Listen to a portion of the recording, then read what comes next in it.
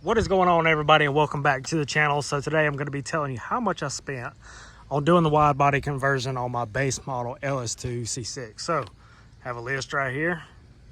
Don't pause and look at that, but yeah, let's go through it. So start off with, you got to buy the quarters, front fenders, and I mean, there's people that run like a bumper with no vent, but I don't think it looks good, so I like the vent. So the Z06 style Grand Sport ZR1 front bumper, so you have to get that. So for the front fenders, they were $1,060. These are from ACI. They're really good quality, very smooth, little bit of work to get them right. Now, if I could do this all over again, I would have ran ACI rear quarters instead of the quarters I bought. So keep that in mind. So for the rear quarters, they were about $900. These came from Extreme Online Corvette. They're very thin compared to the front fenders, which are very thick, feel like they're more durable. These right here, I don't know, man. If I could go back, like I said, I would do ACI, because the ACI stuff is really thick. It's very smooth, and there's a little bit of work, and they fit like OEM. They are really nice fenders. So keep that in mind if you plan on doing this. Just get ACI stuff. I mean, there's like JD Corvette. I heard they're pretty good, but I know ACI has been around for a long time. They make them for all Corvettes, like all fiberglass parts for all Corvettes. So keep that in mind when you're looking at that. So for the front bumper, this is a OEM Z06 front bumper. I got this bumper off of Facebook Marketplace. I think I paid, it says here I paid $400 for it. I think that's about right. Give or take $100, but more give than take. So $400 to $500. OEM front bumper. That's the main thing you want to get OEM if you're going to get something OEM. Get the OEM front bumper, because the first thing people are going to see is the front end of this car if they're driving towards you, and you want it to look good. Paired with the ACI front fenders, it goes together really well. So do that. So for the upper grill for the front bumper, this little bitty grill right here, and actually if you have a base model, this right here, the honeycomb is actually behind your factory bumper. So this little piece right here is all it is. It's double side tape, and it's got two little clips on it. That right there is $40. That little bitty piece of plastic. So for the lower grill down here, that grill is $100. This is an OEM GM grill. I got it off eBay. They sell them on there. They still sell them. $100 for that little bitty grill right there. Now, the front fender vents. Some of these vents are very hard to find, especially the rear quarter, especially for one side on the rear quarter. I can't remember which side. But these front fender vents, you have an outer and you have an inner. They clip together to hold inside of the front fender. Those front fender vents were about $120 a piece. So, or they might have been $120 total, because I think the outer was like, I don't know, 50 or 60 bucks. Yeah, I think they were about $120 per side, which are kind of pricey, but it's OEM stuff, so it's good quality stuff. Rear fender vents, I've got about $60 in those for each side. The same thing with the front. They have an inner and outer, and one of the outers are very hard to find. I can't remember which side, but I found one website that had it, and I scooped it up. They're very hard to find. You will come to learn that if you're going to do this swap. Some of this stuff is very hard to find. Now, the front fender liners, you have a front piece, you have a rear piece.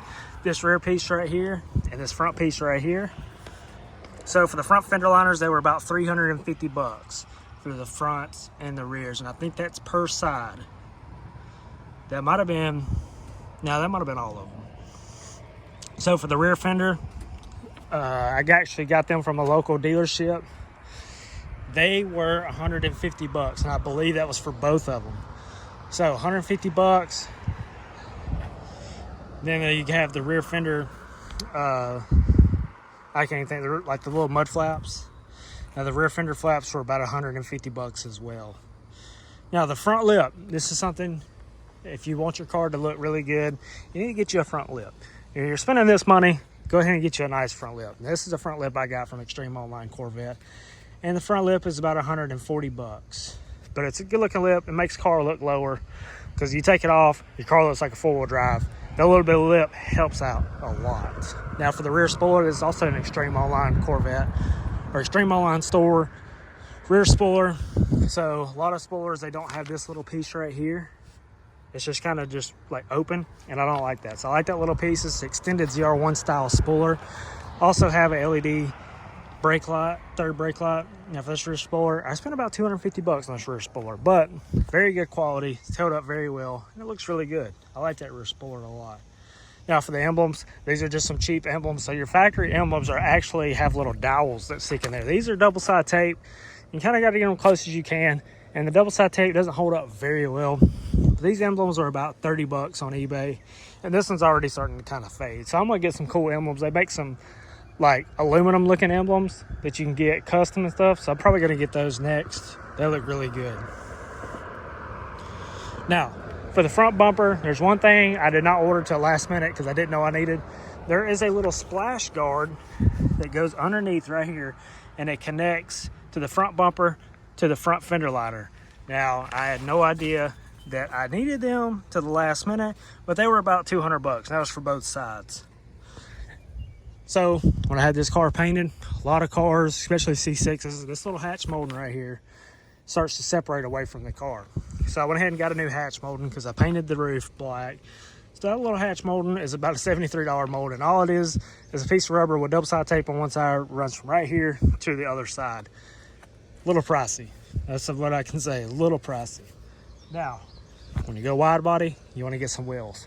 So you need to get the wide body wheels. So not these wheels, but my black wheels that I have that are just C7 replica wheels. They're actually for wide body fitment. So you have a 285 or 95 tire on the front, a 335 in the rear. Those wheels and tires I got on Facebook Marketplace. You can find them all day. You can find stock Z06 wheels. You're looking to spend close to about 600 bucks, if not a little more. So I spent $600 on those wheels, but it made the car look a lot better. These wheels, different story. These are expensive wheels. I paid about 2,500 bucks for these wheels. So with all that being said, all the parts total, I have about $4,823 into this whole thing. Now, yeah, you could say, yeah, you should have bought a Z06 or something like that. But I already had the car. Car's paid for. You know, to roll into a Z06 at the time, the Z06s were bringing stupid money at the time when I was doing this. I mean, they were bringing $45,000. That's more than I want to spend on an old Z06. Man, at that point, might as well save up, you know, and get a ZR1 at that point. Because you can find a higher mileage ZR1 in the 60s. And to be honest with you, that's actually my goal next. Is I'll either sell this car, keep it, but my goal is a ZR1. That is my ultimate Corvette dream car, is a C6 ZR1. Them things came out when I was in high school. There was a guy locally that had one, and it was actually pretty funny because he had one. It was like it was kind of like a dark, like a grayish color. It wasn't the blade silver ZR1. It was kind of like a grayish color. I'll see if I can find a picture. I'll post it on here. But anyways, this guy worked at like a recycling plant. So what was funny is the car was always super nasty. He daily drove it. He lived in a little apartment complex. I saw him at the gas station. I was still in high school. I said, hey man, I want to see your vet. He said, yeah man, check it out. He said, it's just a Corvette. Yeah, this ain't nothing crazy. Little does he know, obviously it was a ZR1. And I walked to the passenger side. There was no tent, fishbowl. And I look in the passenger seat and there's a freaking Mountain Dews. But there was a freaking tool bag, work boots. I mean, screwdrivers. There was paint cans. There was all kinds of stuff just strode in this car. I'm like, dang, dude, this is a $115,000 car. Back in 09, that was a lot of freaking money for a car. I mean, you got to think, the only people that were spending over 100K on a car were, you know, exotics. So I always love those things. That's been my ultimate dream car.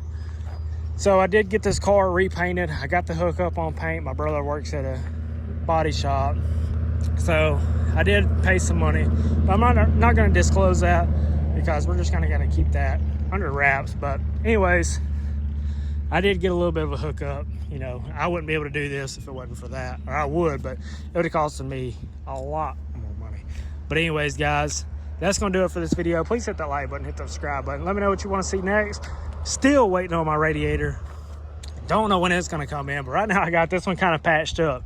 Good old JB Weld is holding up a little bit, but it's able to get it out, you know, cruise it locally or whatever. But, you know, not going to go on no freaking road trip.